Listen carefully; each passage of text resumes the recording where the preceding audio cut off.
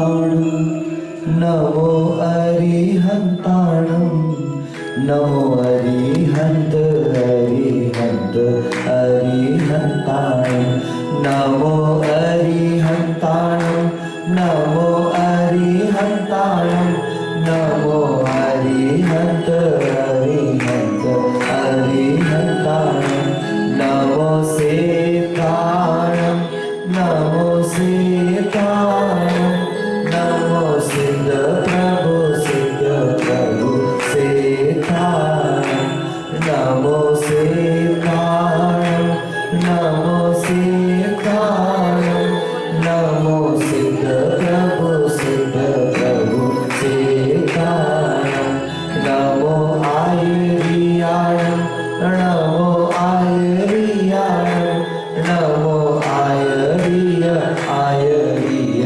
आयरियाणं नमो आयरियाणं नमो आयरियाणं नमो आयरिय आयरिय आयरियाणं नमो उवज्जायाणं नमो उवज्जायाणं नमो उवज्जाय उवज्जाय उवज्जायाणं नमो उवज्जायाणं नमो उवज्जायाणं नमो उवज्जाय उवज्जाय उवज्जायाणं नमो सर्वसाहुणं नमो सर्वसाहुणं नमो लोये सब साहुणं नमो सर्वसाहुणं नमो सर्वसाहुणं नमो लोये सब साहुणं।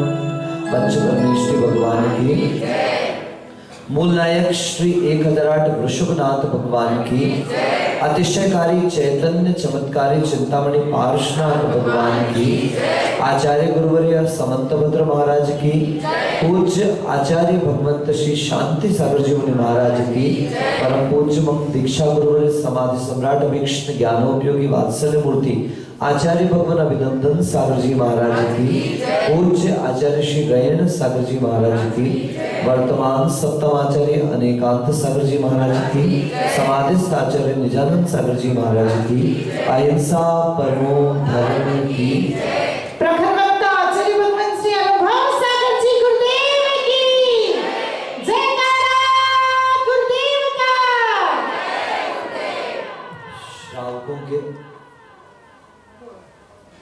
अरे बाप रे, श्रावकों के आचरण को किस तरीके से सुव्यवस्थित किया जाए, गृहस्थ किस प्रकार से अपना जीवन यापन करे, हम ये सारी बातें श्रावकाचार्य ग्रंथ के माध्यम से पूज्य आचार्य समंतभद्र के दिव्य देशना के माध्यम से सुन रहे हैं।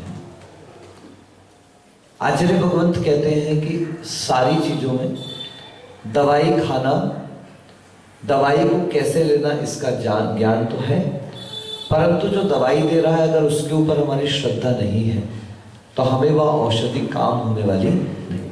हमारा सारा कार्य की सफलता सर्वप्रथम हमारे विश्वास, हमारी श्रद्धा पर डिपेंडेंट होती है, और वो श्रद्धा इतनी मजबूत होनी चाहिए कि जीवन में किसी भी प्रकार की परिस्थिति में श्रद्धा का डगमगाना ना हो जाए।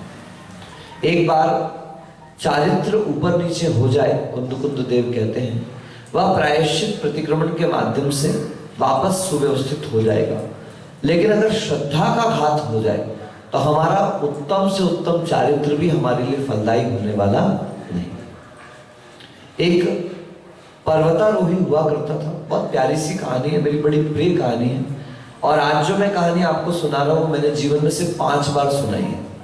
मैं लगभग 2008 से प्रवचन कर रहा हूँ, 9 से, और तब से लेकर अभी तक मैंने 5 बार ये कथा सुनाई है कहीं पर, और वो भी ज्यादातर मैंने उन स्थानों पे सुनाई है जहाँ पर स्टूडेंट्स रहा करते थे। आज मैं पहली बार धर्म सभा में कथा सुना रहा हूँ। और भी आपको खास बात बताऊं, मेरे जीवन में जब मैंने पहला प्रवचन किया था तब इसी कथा से प्रारंभ किया था, क्योंकि सागर मध्य प्रदेश नाम आप जानते हैं, जैन समाज के हजारों घर वहां पर हैं। 12-13 हजार तो रजिस्टर्ड घर है, उसके अलावा और कितने होंगे मुझे नहीं पता। इतनी बड़ी समाज आचार्य पहली बार छोड़ के चले गए हम लोगों को, मेरा स्वास्थ्य ठीक नहीं था, तो 8 मुनिराज हम लोग थे। और कटरा करके एक जगह, वहां पर कटरा बाजार, जहां पर चौराहे की जगह मस्जिद है और चारों तरफ बड़े बड़े रास्ते हैं और अपने विशाल 2 मंदिर है, गौराबाई दिगंबर जैन मंदिर प्रसिद्ध मंदिर है, उसके सम्मुख बड़ा पंडाल लगाया गया था और वहां पर प्रवचन होता। मेरी जिंदगी का पहला प्रवचन, कटरा बाजार सागर, हजारों की जनता और पीछे मस्जिद। अब आप समझिए कि उस समय मेरी हालत क्या हो रही होगी। मैं 1 बार नहीं, 2 बार नहीं, 3 बार, जब से मुझे महाराज ने बताया कि आज तुझे प्रवचन करना है, मैं 3 बार गया मंच से उठ कर। चौथी बार जब मैं जाने को उठने लगा तो महाराज जी कहते हैं, तू जाता है तो कुछ होता है कि ऐसे घूम के आता है?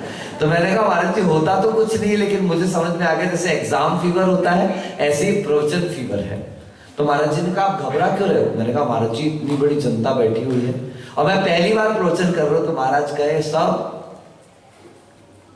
पहला सूत्र दिया महाराज ने मुझे कि जितने लोग नीचे बैठे उनको कुछ नहीं आता, निपट अज्ञानी है, ऐसा मान लो तो तुम प्रवचन कर पाओगे।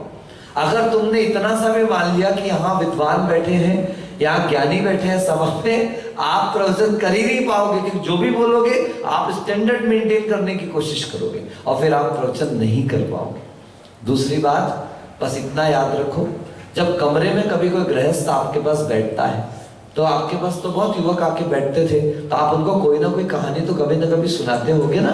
तो मैंने कहा हाँ, तो बस और क्या करना है, मंगलाचरण करना और वही कथा जो आपको लगता है कि आप बहुत अच्छे से लोगों को, बच्चों को सुना देते थे, यही समझना ये सारे बच्चे बैठे हैं बस महाराज जी की वो बात, और मेरा कॉन्फिडेंस डेवलप हो गया। मैं बाहर भी नहीं गया, प्रवचन चालू हुआ और मैंने इसी कथा को सुनाना चालू किया। विश्वास की कथा है, श्रद्धा की कथा है, आस्था की कथा है कि वो पर्वतारोही पर्वत चढ़ना चाहता था, पर्वत की ऊंचाइयों पर पहुंचना चाहता था और कई मित्रों के साथ वो पर्वत पर आरोहण करना उसने प्रारंभ किया। एक बहुत दूरी तक वो पहुंच भी गया और पहुंचने के बाद अब सुबह का समय जैसे ही प्रारंभ होना था, इसे अपने मिशन पर निकलना था। बहुत सारे मित्र फेल हो चुके थे, कई निकल चुके थे, अब साथ में कोई भी शेष नहीं बचा था। सब वहीं पर टेंट, ऐसे टेंट डाल करके उस स्थान पर खड़े अपना व्यवस्थित हो चुके थे। सुबह की पहली किरण के साथ इसने एक नजर ऊपर डाली और अपना पर्वतारोहण प्रारंभ किया। आप जानते हैं जब एक पर्वतारोही ऊपर चढ़ता है तो 2 चीजों के साथ चढ़ता है। एक तो कमर पर रस्सी वगैरह उसकी व्यवस्थित बंधी रहती है और उस रस्सी के साथ साथ उसके हाथ में 2 चीजें रहती है। एक तो खुरपा, खुरपा मतलब फंसाने वाला वो नाइफ होता है, उसके माध्यम से चलता है। और एक इस प्रकार का एक सी शेप में एक सीख होती है जिससे वो और विशेष रूप से उसको पकड़ते हुए ऊपर चढ़ता चला जाता है। इस तरीके की व्यवस्था से वो लगातार चढ़ता जा रहा था। सारा दिन गुजर गया, संध्या काल होना था, बस थोड़ी सी दूरी और शेष बची हुई थी। बस उसने विचार किया कि थोड़ी सी दूरी और बची और सूरज भी अंदर गया और जैसे अंधेरा हुआ मुख्य 2-4-6 कदम या हाथ मारता तो ऊपर चढ़ जाता। बड़ा प्रसन्न था कि भले ही अंधेरा होने को आ गया, भले ही अंधेरा हो गया, लेकिन इसके बावजूद भी मैं ऊंचाई तक पहुंचने वाला हूं। और बस कहते हैं कश्तियां साहिल में आके अक्सर डूब जाया करती है। Over confidence. जीवन में 3 प्रकार के कॉन्फिडेंस होते हैं। एक होता है कॉन्फिडेंस, आत्मविश्वास पक्का है। एक होता है अंडर कॉन्फिडेंस, यानी आत्मविश्वास की कमी। और एक होता है ओवर कॉन्फिडेंस, कर डालूंगा मैं तो, ये ओवर कॉन्फिडेंस कहलाता है। अंडर कॉन्फिडेंस वाला भी निपट जाता है और ओवर कॉन्फिडेंस वाला भी अक्सर निपट जाता है। अगर मंजिल कोई छूता है तो वो कॉन्फिडेंट व्यक्ति छुआ करता है, उसके अंदर कॉन्फिडेंस की अधिकता हो गई। सामने दिख रहा है, बस मैं तो पहुंच गया, बस मैं तो पहुंचने वाला हूं, बस मेरी तो मंजिल फतेह हो गई, मैं पहाड़ की चोटी पर पहुंचने वाला हूं। इधर अंधेरा और अमावस की रात, हाथ को हाथ ना दिखाई दे, अब क्या किया जाए, लेकिन चढ़ना तो है मैं, क्योंकि देख चुका था कि इतना बचा है। और उसी उधेड़-बुन में, खुशी में उसका ध्यान ही नहीं रहा। उसने जो नाइफ अंदर डाली वो अच्छी तरीके से फंस नहीं पाई। हर बार तो क्या करते हैं, एक बार नाइफ डालते हैं, उसको हिला करके देखते, पर खुशी खुशी में अब तो पहुंच गया, और उसने उस नाइफ को हिला करके नहीं देखा, वो हल्की सी फंसी थी, जैसे ही उसने उसको ढीले टाइट पकड़ा और वो नाइफ उस पहाड़ से निकली और ये ऊपर से सीधे नीचे। सांप सीढ़ी देखी ना, खेलते हैं, बहुत खेला है सबने सांप सीढ़ी का गेम। वो सीधे 99 नंबर पे सांप का मुंह रहता है और वो 99 नंबर का सांप लाके कहां उतारता है, बिल्कुल 2 नंबर पे लाके खड़ा कर देता है एकदम। ये ओवर कॉन्फिडेंस काम करता है। जरूरी मत सोचना कि किनारे पे आ गए तो कुछ अच्छा ही होने वाला है। कॉन्फिडेंस रखो, विश्वास रखो, लेकिन अभिमान, घमंड, गौरव नहीं करना। गौरव होना चल जाएगा, लेकिन अभिमान और घमंड तो बिल्कुल भी नहीं चलने वाला। अगर पतन का सबसे पहला रास्ता कोई खोलता है तो वो घमंड खोलता है। चाहे रावण मरा, घमंड से गया, कंस गया, घमंड से गया, अगर कौरव गए तो वो घमंड से गए। ये मान का सबसे बड़ा, कल आपसे अंतिम प्रवचन में कहा था, कंचन तजना सहज है। क्या कहा? कंचन तजना सहज है, सहज तिया का नेह, मान बढ़ाई ईर्ष्या, दुर्लभ तजना है।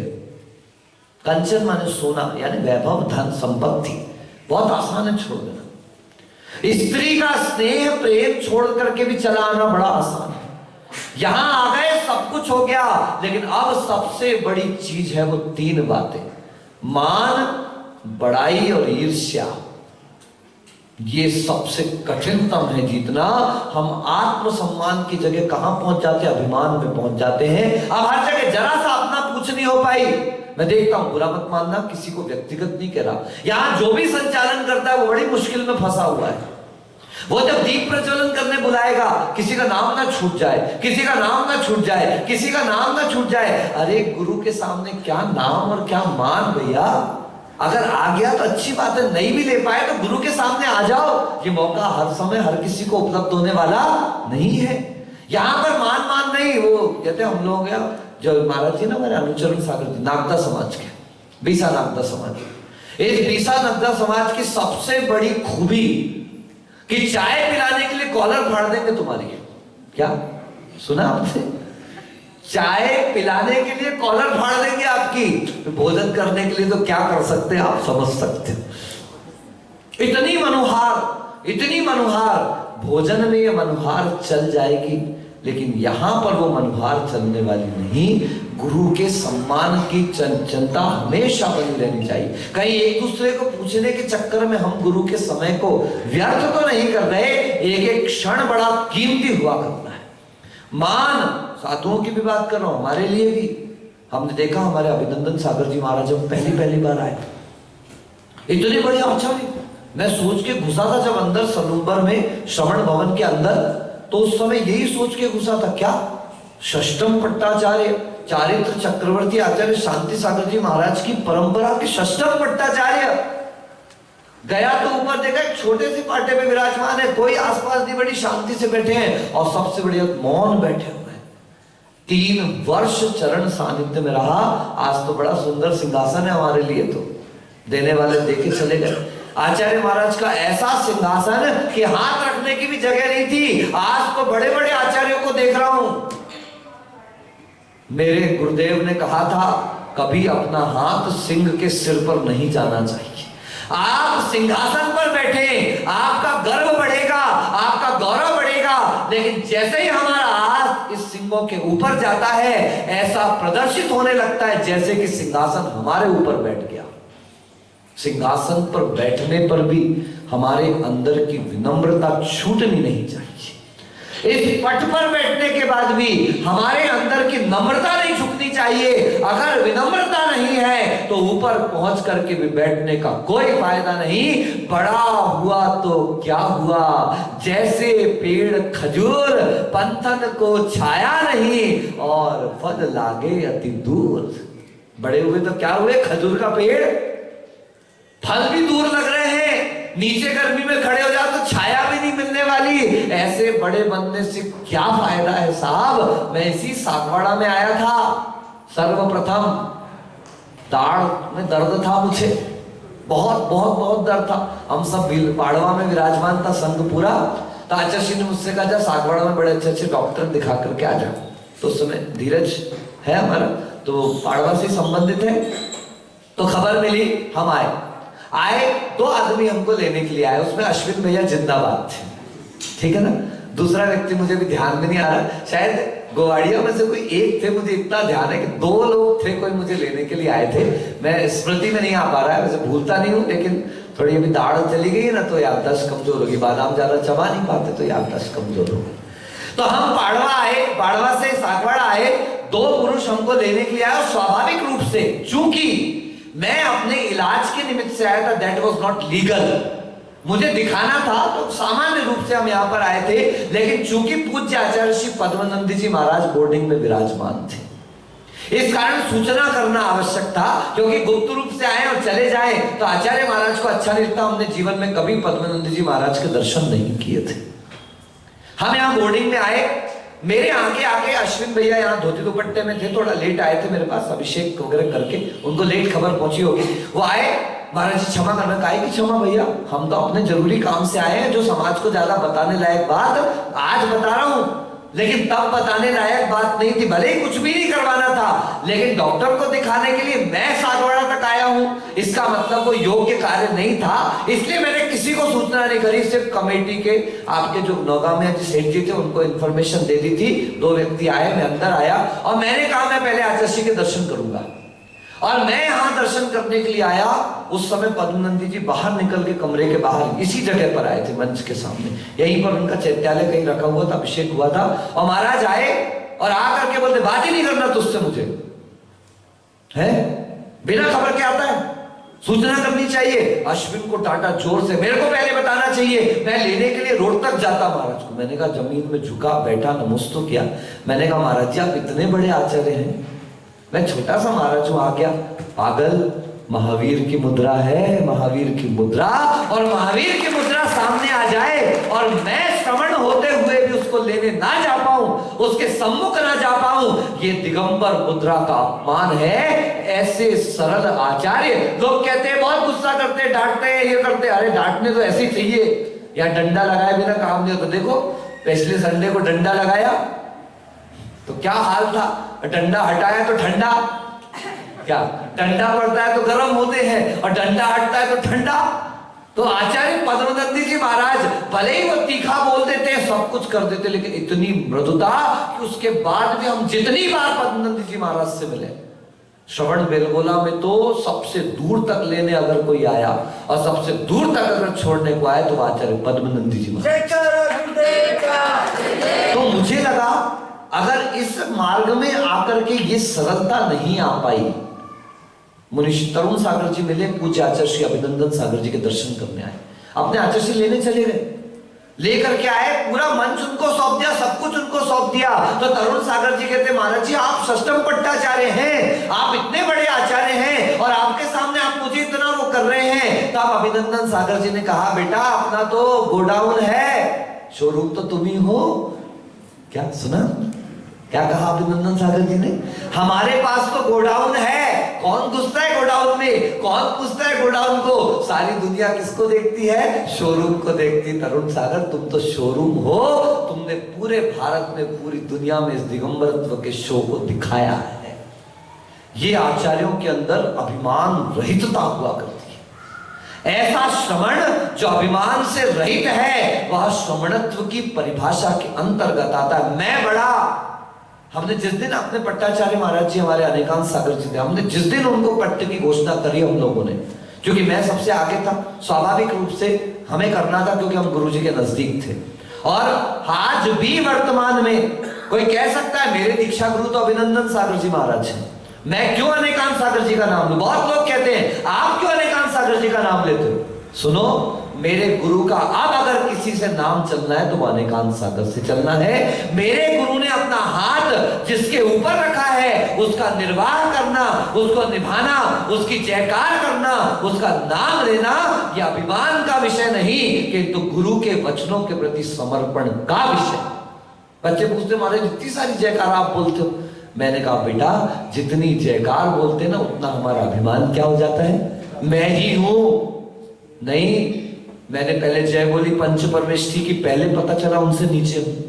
मैंने जय बोली पंच परमेष्ठी के बाद वृषभनाथ भगवान की, मुझे फिर आभास हुआ उनसे नीचे हूं मैंने पार्श्वनाथ की जय बोली, मुझे फिर आभास हुआ कि मैं उनसे नीचे हूं। मैंने शांति सागर जी की जय बोली, मुझे आभास हुआ मैं उनसे नीचे हूं। मैंने अभिनंदन सागर जी की जय बोली, मुझे आभास हुआ कि मैं उनके मार्ग का अनुसरण कर रहा हूं, उनके पीछे हूं। मैंने अनेकांत सागर, निजानंद सागर जी, रेण सागर जी की जय बोली। जितनी बार मैंने अपने गुरुओं का जयकारा लगाया उतनी बार मैंने एहसास किया कि मैं अभी भी नीचे हूं, यानी मैं झुक करके चल रहा हूं।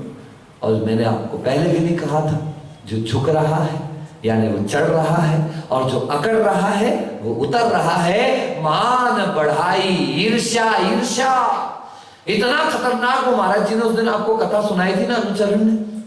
दो विद्वान पहुंचे, तीसरे विद्वान क्या, तीसरा विद्वान बहुत सरल था। पहले विद्वान से पूछा उन्होंने, वो एक गुसलखाने बाथरूम में गए तो इनसे पूछा कि भैया वो तो बड़े विद्वान है कर्मकांड के। अरे निपट ढोर है, गंवार है, कहाँ का ज्ञानी, क्या बिल्कुल पशु है, पशु। चार शब्द क्या कर्म सिद्धांत के पढ़ लिए, बड़ा वेत्ता मानता है अपने आप को। इसको बड़ा आश्चर्य हुआ, मैं तो उनको कर्मकांड का ज्ञानी मान रहा था और ये तो निकले क्या, ढोर निकले, पशु निकले। दूसरा आया, ये गए बाथरूम में, अभी इनसे कहते मैंने सुना आपके मित्र तो बड़े व्याकरण के विद्वान हैं। काय का विद्वान? दो संस्कृत की सूक्तियां क्या आती है, थोड़ी सी संधि करना क्या आता है, थोड़ी सी संधि तोड़ना क्या आता है, थोड़ा सा समास पढ़ लिया, अपने आप को बड़ा संस्कृतज्ञ मानता, वैयाकरण मानता है। गधा है, गधा एक नंबर का। बस हो गई बात खत्म। दोनों जिनालय के दर्शन करके आए और जैसी भोजन की थाली पे बैठे तो एक को सूखी घास और एक को हरी घास। ये क्या अपमान है हमारा? वो कहता है ये अपमान नहीं है तो सम्मान है। बोले ये कैसे सम्मान है? बोले आपसे मैंने पूछा, ये कर्मकांड के विद्वान है, आपने कह दिया पशु है, पशु के लिए चारा रख दिया, और इनसे पूछा तो इनने कहा ये गधा है तो उसके लिए घास रख दिया। ये सारा खेल ईर्ष्या का है। इसलिए ज्ञान के साथ विनम्रता आना, ज्ञान के साथ पद के साथ सरलता आना, ज्ञान और पद के साथ सहजता आ जाना, ये मानवीय मूल्यों में सर्वोत्कृष्ट गुण हुआ करते हैं। अगर सरलता नहीं तो मोक्ष मार्ग हो ही नहीं सकता। कीर्ति भाई, सांप कैसे चलता है? बजा मत देना, नहीं तो बता विजय अभी धुन बजाने लगा, ऊं करने लगा। ये इस तरीके से सांप चलता है। लेकिन सत्य बताओ सुनील, बिल में कैसे जाता है? ओहो, आपको तो पता है, क्या बात है। सांप कितना भी टेढ़ा मेढ़ा चल ले धरती पर, लेकिन जब अपने बिल में जाना है तो उसको कैसा होना पड़ेगा? बिल्कुल सीधा होना पड़ेगा। मनुष्य कितनी भी मायाचारी कर ले, आप कितना गर्व घमंड अभिमान क्रोध मान माया सब कर लो, लेकिन याद रखें अगर सच में अंदर तक पहुंचना है, अंतरंग तक पहुंचना है, निज तक पहुंचना है, तो सर्वप्रथम कैसा होना पड़ेगा? ये मायाचारी को सीधा करना पड़ेगा। ये घमंड, ये ईर्ष्या, ये मायाचार, ये जब तक रहेंगे तब तक श्रमणत्व हमारे अंदर उजागर नहीं हो सकता, और वो तभी उजागर होगा जब हमारी श्रद्धा पक्की होगी। जैसा जिनेंद्र देव ने कहा है वही तत्व है, वही विश्वास करके हमको चलते चले जाना है। यही हमारे लिए सम्यक दर्शन है। क्या शब्द का प्रयोग किया? सुनना ध्यान से, सम्यक दर्शन। बोलो क्या कहा? समीचीन दृष्टि। सम्यक दर्शन का मतलब बिल्कुल देखने का दृष्टिकोण समीचीन हो गया है। आप तो क्या देख रहे हो? ये मेरा पति है, ये मेरी पत्नी है, ये मेरा बेटा है, ये मेरा भाई है। सम्यक दृष्टि भी ऐसा ही देखता है, लेकिन बस देखता हुआ भी क्या विश्वास करता है? भव मिटते मिटते सब रिश्ते। ये जितने रिश्ते हैं, पथ में चलते पथिक जनों का उज्ज्वल यह संयोग हुआ। पूर्ण हुआ पथ, उन पथिकों का बिछुड़न दुख का योग हुआ। ये जब तक हम पथ में चलते मिलते हैं, नए नए लोग मिलते चले जाते हैं, हमें उनसे सुख भी मिलता है और कभी दुख भी मिलता है। पूर्ण हुआ पथ, जैसे ही आयु पूरी होती है, समय पूरा होता है, कहीं कोई एक निकल जाएगा या दूसरा निकल जाएगा और हमारा बिछड़न हो जाता है और वो दुख का योग बन जाता है। ये संसार का स्वभाव है कि मिलना जुलना बिछड़ना ये निरंतर चलता रहता है। ऐसा ये श्रद्धान करके जो दृष्टिकोण को सुधारता है कि संसार में कोई भी स्थायी नहीं, संसार में कुछ भी स्थायी नहीं।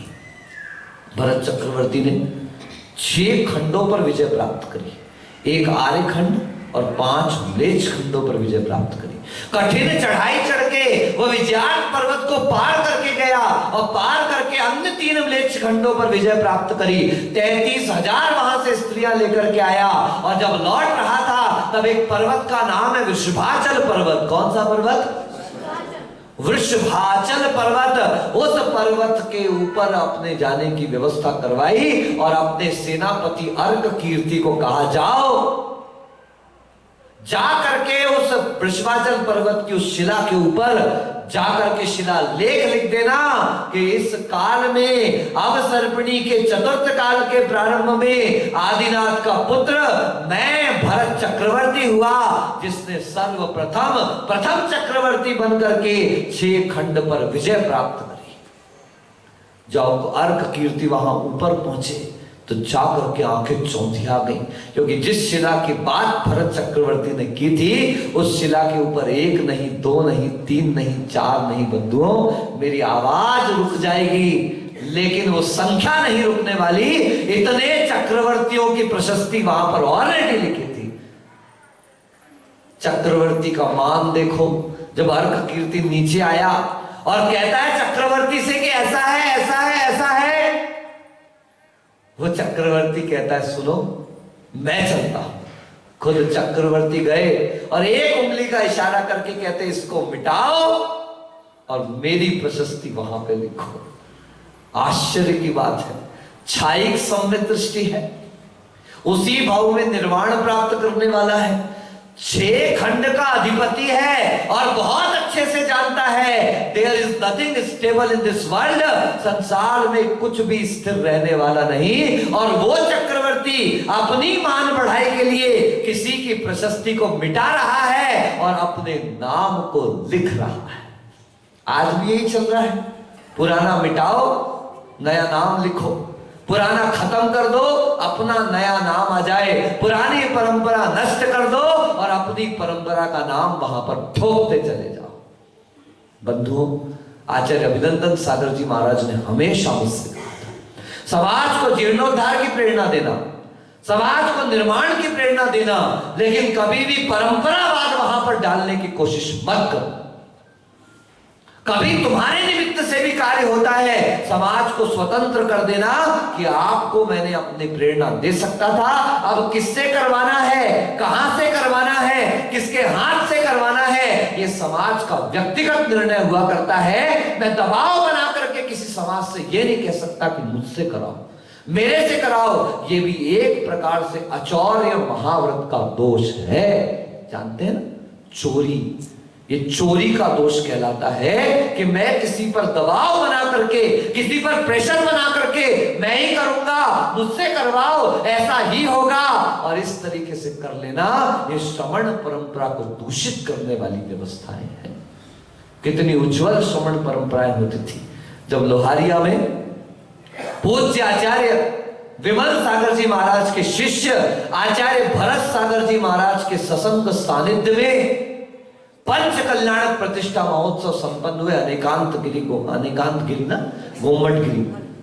आप आश्चर्य करेंगे बंधु, पूज्य आचार्य रेण सागर जी महाराज, पूज्य आचार्य श्री अनेकांत सागर जी महाराज, मुनि श्री अमित सागर जी महाराज आदि आदि मिलाकर सभी परंपरा, योगिंद्र सागर जी भी थे, वो तो चलो उनकी परंपरा के थे, सभी परंपराओं के साधुओं को वहां पर एकत्रित करके विशाल वह अनेकांत गोमट गिरी लोहारिया का पंच कल्याणक प्रतिष्ठा महोत्सव संपन्न हुआ था।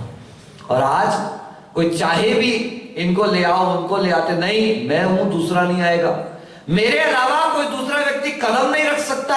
अगर ये मानसिकता, ये धारणा बनती है तो कैसे हमारी श्रवण परंपरा वृद्धि को प्राप्त हो पाएगी। बंधुओं, जब संत आपस में मिलते हैं तो निश्चित रूप से ये पूरी की पूरी संस्कृति खिल जाती है। मुनि श्री तरुण सागर जी कहा करते थे कि जब बसंत आता है तो प्रकृति मुस्कुराती है, और जब संत आता है तो संस्कृति मुस्कुरा दिया करती है, और जब संत मिलता है तो सारी सृष्टि मुस्कुरा दिया करती है। अगर ये सृष्टि का वास्तविकता में कोई सबसे सुकून देने वाला पल है तो सभी प्रकार के संतों का आपस में मिलन। मैं अभी गया था योगेंद्र के लिए दर्शन करने के लिए परसों, नीचे कोई राम द्वारा क्या बोलते है ना, कुछ है ना, क्या कहते हैं, गुलाबी कलर के कपड़े पहनते ना साधु।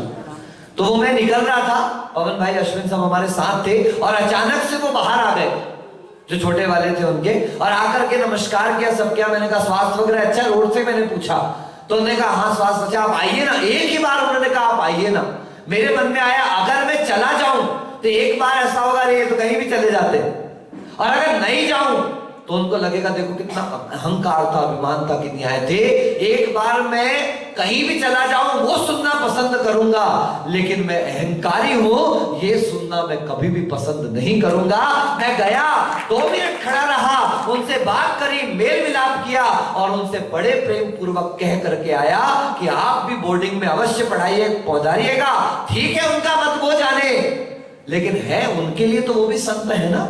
और जब संत संत मिलेंगे तो समाज में एक विशेष प्रकार की जागृति और प्रेम का संचार होगा। मैं परिणाम बताता हूं कि कल संध्या काल में एक हिंदू व्यक्ति मेरे दर्शन करने आया, और जब मैंने उससे पूछा आप यहां कैसे आए, वो सुबह प्रवचन में भी पीछे आके बैठे थे, टीका लगाए हुए थे, वो शाम को भी दर्शन करने आए। मैंने पूछा कि आप यहां कैसे आए, उन्होंने कहा परसों मैं वहां गया था रात को गुरुदेव के पास, गुरुदेव ने कहा यार ऐसे संत हैं जरूर जाना, जैसे मक्खन होता है ना इस तरह के संत हैं। मैं अपनी तारीफ नहीं कर रहा, लेकिन आप सुनिए कि एक कदम का प्रभाव क्या निकला। मैंने एक कदम बढ़ाया, अब उनके पास जाने वाले जितने लोग हैं वो हर से कहते रहे कि एक बार वहां जरूर जाना, एक बार वहां जरूर जाना। बंधुओं, प्रभावना का नाम जुलूस निकालना नहीं है, प्रभावना का नाम ढोल बजाना नहीं है। प्रभावना मेरे व्यवहार से होती है, प्रभावना मेरे आचरण से होती है। हम सब बैठते हैं, आज सुनील भाई सुबह मेरे पास बैठे थे, चर्चा चल रही थी कक्षा की, तो एक ही बात मैंने सुना। मैंने पहले दिन सबको कहा आप कक्षा में आइए, दूसरे दिन सबको कहा कक्षा में आइए, आज 15 दिन निकल चुके, पूछो किसी से कहा कक्षा में आइए। मैंने आपको पहले ही कहा था कि वही बचेगा जिसके तीव्र पुण्य का उदय होगा। बंधुओं, जिन वाणी के शब्द को गुरु मुख से सुन पाना हर व्यक्ति के पुण्य में नहीं हुआ करता, और उसमें भी याद रखना जो मैं पढ़ा रहा हूं वो मां के हाथ का भोजन है। किसके हाथ का भोजन? और ये जो प्रवचन कर रहा हूं ये होटल का भोजन है। क्या है बोलो? ये मिर्च मसाला घोटाला आला वाला सब, ये सब होटल का भोजन है। ये यहां से सुना निकल जाएगा साहब, लेकिन वो जो कक्षा चल रही है वो होटल का भोजन नहीं बंधुओं, वो माँ के हाथ का भोजन है। हो सकता है किसी दिन सब्जी मन की भी ना बनी हो सकता है रिपीट सब्जी बनी हो। आज भी लौकी गया बच्चा, माँ आपने क्या बनाया है? बेटा मैंने आल की सब्जी बनाई है। कोई बात नहीं, खा ली, हो गया। दूसरे दिन पहुंचा, नाश्ता करना है माता जी, क्या बनाया है? बोले आल का हलवा बनाया है। अच्छा, आल का हलवा बनाया। तीसरे दिन पहुंचे, भूख लगी कुछ दो, बोले क्या बनाया है? बोले आल के पराठे बनाए हैं। ओहो, गुरुवार आया, मम्मी भूख लगी कुछ दो ना, मम्मी ने सब्जी रोटी रख दी, सब्जी खाई की थी, बोले आल के कोफ्ते बनाए। बड़ा परेशान है। शुक्रवार आया, बोले मम्मी भूख लगी कुछ दो ना, मम्मी ने रख दी, वो क्या बनते? आल के गट्टे। बोले आल के गट्टे बनाए हैं। शनिवार आया, सुबह सुबह का समय था, अभिषेक करके पहुंचा, मम्मी बहुत जोर की भूख लगी कुछ दो ना, पीने का मन है। मम्मी ने सूप धर दिया, बोले क्या है? रविवार आया, जैसे ही मम्मी ने आल कहा ये थाली उठी और जैसे चक्र चलता, क्या मचा के रखा है सुबह दोपहर शाम, आल आल आल आल। भैया अब आल कहो चाहे दाल कहो, सत्य तो यही है कि जिनवाणी के सूत्रों का अभ्यास हर किसी के पुण्य का विषय नहीं बना करता। श्रद्धा के साथ सम्यक्त्व के उस स्वरूप को समझते हुए सम्यक दर्शन के 8 अंग आचार्य भगवंतों ने बताए। सबसे पहला अंग बताया है निःशंकित, बोलिए मैं आपको श्लोक याद करने नहीं कह रहा, मुझे मालूम है इतना फ्लोट देने की आवश्यकता नहीं। आप शब्द पकड़ते जाओ। पहला अंग सम्यक दर्शन का बताया है, जिन वचनों में शंका नहीं करना। क्या कहा? हो सकता है कि मुझे समझ में नहीं आ रहा हो। अरे यार देखो, दो शब्द हैं, एक जिज्ञासा समाधान है। क्या है? एक शंका समाधान। मुझे वो शंका समाधान शब्द थोड़ा सा प्रश्नवाचक लगता है। शंका कैसे हो सकती है महाराज? आपके ऊपर शंका कैसे? आपके वचन पर शंका कैसे? गुरुदेव कहते थे नहीं समझ में आए तो क्या बोलो? महाराज जी एक जिज्ञासा है। क्या है? बोलो बोलो ना। शंका नहीं, क्या है? जिज्ञासा कहने पर श्रद्धा पक्की है, मुझे समझ में नहीं आ रहा है, ये समझ में नहीं आ रहा है। पर ऐसा कैसे हो सकता है? ऐसा शब्द आपको शंका में डाल देता है, और शंका रखने वाला व्यक्ति कभी भी श्रद्धावान सम्यक दृष्टि नहीं हो सकता। इदमेव बोलो, ईदृशमेव तत्वं नान्यन्न चान्यथा इत्यकंपाय सांभोवत सन्मार्गे संशयारुचि। बहुत अच्छा। लोहे की तलवार आपने देखी होगी, देखिए उसका कलर जो है डार्क रहता है, लेकिन आप लोगों को चांदी की तरह चमकती हुई तलवार दिखाई देती है। क्यों? क्योंकि उसी तलवार के ऊपर उसी लोहे के पानी को चढ़ाया जाता है। और लोहा तो अलग रंग का होता है, लेकिन लोहे का पानी चमकीला हुआ करता है, इस कारण तलवार के ऊपर पूरी चमक चमक हो जाती है। तो जैसे तलवार के ऊपर वो लोहे का पानी चढ़ा हुआ है, और ऐसा चढ़ा हुआ है कि कहीं से भी उखड़ता नहीं, कहीं से भी खिसकता नहीं, एक सा वो दिखाई देता है। इसी प्रकार से ऐसा ही है, इतना ही है, ना इससे कम है, ना इससे ज्यादा है, और ना इससे विपरीत है। इस प्रकार की जो श्रद्धा तलवार पर चढ़े हुए लौह पानी की तरह हो जाती है, वह सन्मार्ग में जो संशय से रहित हमारी रुचि हुआ करती है, वह कहलाती है सम्यक दर्शन का निशंकित अंग। कैसा अंग? शंका से रहित अंग। कौन सा अंग? निशंकित। ऐसा ही है, इतना ही है, यही है, मुझे इसमें कोई संशय नहीं। अब वो पर्वतारोही ऊपर से लटका था, नीचे आके लटक गया, अटक गया, जमीन पर नहीं पहुंचा, क्योंकि उसके पीठ में जो रस्सी लगी हुई थी कमर में, उस रस्सी से लटका। और चूंकि दो खुरपार वो थे, एक से तो फंस गया जिससे रस्सी लटकी हुई थी, और एक जो उखड़ गया जिसके कारण वो गिर गया। अमावस की रात है, बिल्कुल अंधेरा है, हाथ को हाथ नहीं दिखाई दे रहा। एक बार तो अपने आप में घबरा गया, हार गया। फिर उसको एकदम से उसने प्रभु को याद किया, हे प्रभु मैंने बहुत आपकी आराधना करी है, बहुत पूजा करी है, बहुत सेवा करी, कोई मार्ग सुझा दो मुझे, बचाने आ जाओ। नहीं कहा उसने।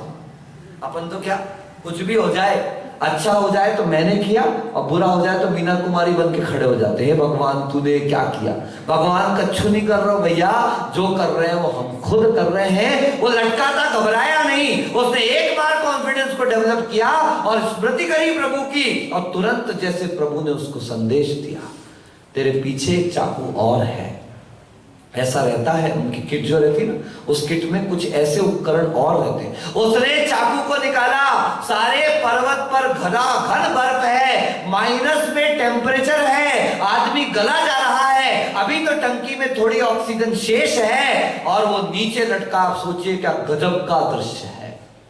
नीचे पता नहीं भूमि कितनी है। उसने निकाला उस चाकू को, ठंडे ठंडे हाथों से काटना चालू किया रस्सी को। जब आधी रस्सी कटी तो सोचता है यार कहीं ऐसा ना हो जाए, कहीं ऐसा ना हो जाए, मैंने प्रभु के संकेत को मान तो लिया है, और कहीं वो रस्सी मैंने काट दी, कहीं मैं इतना नीचे ना गिर जाऊं, यहां लटक के मरूं ना मरूं, कहीं गिर के फटफटा के ना मर जाऊं। बस उसने चाकू को थोड़ा सा पीछे कर लिया, और उसी समय बर्फ में जमने के कारण उसकी मृत्यु हो गई, ऑक्सीजन समाप्त। सुबह जब सूरज की किरणें आई, उसके जो मित्र उस टेंट में थे, वो लोग जब सुबह सुबह बाहर निकल करके आए तो क्या दृश्य था कि ऊपर पहाड़ की सबसे ऊंची चोटी से वो खुरपा फंसा है, रस्सी लटक रही है, ये व्यक्ति लटक रहा है, चाकू हाथ में है, इसका मतलब उसने काटने की कोशिश भी अवश्य करी है, मगर अगर वो फेल हो गया तो किस कारण से विचार करना, सिर्फ एकमात्र कारण। और तो आश्चर्य की बात आपको बताऊं, आप सुनोगे तो आश्चर्यचकित होगे, सब अले करोगे। देखना, उस आदमी का पैर जमीन से सिर्फ 4 अंगुल ऊपर था। कितने ऊपर था? लेकिन अंधेरे में दिखा नहीं, और इसका अनुमान गलत हो गया। और सबसे बड़ी अगर कोई चीज फेल हो गई तो उसका कॉन्फिडेंस, और दूसरी जो सबसे बड़ी चीज फेल हुई वो उसका विश्वास फेल हो गया। अगर उस समय उसने प्रभु के उस संकेत पर एक बार विश्वास कर लिया होता तो वाश वो काट देता, और काट देता तो धरती पर उसका पैर पड़ जाता। कितनी दूर था? बस हमारी श्रद्धा भी ध्यान रखना। हम रोज देखते हैं, हम प्रतिक्रमण करते हैं, दर्शन करने वाले आते हैं। हमने प्रतिक्रमण चालू कर दिया, वो आए दर्शन करने वाले, आधा घंटे बैठ के गए, और जैसे ही हमारा प्रतिक्रमण एंड का आता है और उसी समय वो बोलते चलो बहुत देर हो गई, चलना पड़ेगा। अक्सर आज नहीं, अक्सर देखा है मैंने कि अक्सर दर्शन करने वाले ऐसे समय आते हैं जब स्वाध्याय चालू हो जाता है, और जैसे ही खत्म होने का टाइम आएगा और उतने में उनको तो पता नहीं अब कब खत्म होना, और अक्सर मैंने 90% ये देखा है कि वो उसी समय बोलेंगे कि बस अब चलते महाराज जी, देर हो रही करके। अब हम उनको क्या बोले, भैया आपको देर नहीं, हमारा फिनिश होने वाला है। तो श्रद्धा हमारी अक्सर किनारे पे आके डगमगाती है। अपनी श्रद्धा को बहुत पक्का करो, बहुत मजबूत करो। ये ध्यान रखना, पार हुई पत्थर की अहिल्या, नमोकार को ध्याने से, अंजन भी हो गया निरंजन, नमोकार को गाने से। अंजन क्या बन गया? किससे? जानता ही नहीं था। आड़म ताड़म कछु न जाड़म, सेठ वचन प्रमाणम। सिर्फ सेठ के वचनों को प्रमाण मान लिया और एक झटके में 108 लटक गया, रिद्धि की प्राप्ति हो गई। वो देखो, चोर था और चोर होकर के भी रिद्धि की प्राप्ति कर सकता है। कंसंट्रेशन, वचनों पर विश्वास कि जैसा उन्होंने कहा है वैसा सही है। बंधु, हम लोग भी आज आपको दिख रहे हैं तो सिर्फ और सिर्फ विश्वास का परिणाम है। भौतिकता की हर पदार्थ पास होने के बाद भी हमारा विश्वास उन पदार्थों पर नहीं जमा, किंतु हमारा विश्वास साधना पर जमा, तप पर जमा, त्याग पर जमा, वैराग्य पर जमा। तो उसका परिणाम है कि सारी विपरीतताएं हैं, सारी कठिनताएं हैं, कई प्रकार की विरोध हैं, लेकिन उसके बावजूद भी हम इस मार्ग पर चलने को तैयार है। उसका एक ही कारण है, श्रद्धा। आइए हम अपनी श्रद्धा को इतना पक्का करें, अपने विश्वास को इतना पक्का करें कि संसार की कोई परिस्थिति देव शास्त्र गुरु के ऊपर से और अपनी आत्मा के ऊपर से हमारे विश्वास को ना डगमगा सके। इन्हीं भावनाओं के साथ बोले गुरुवर आचार्य अभिनंदन सागर जी मुनि महाराज के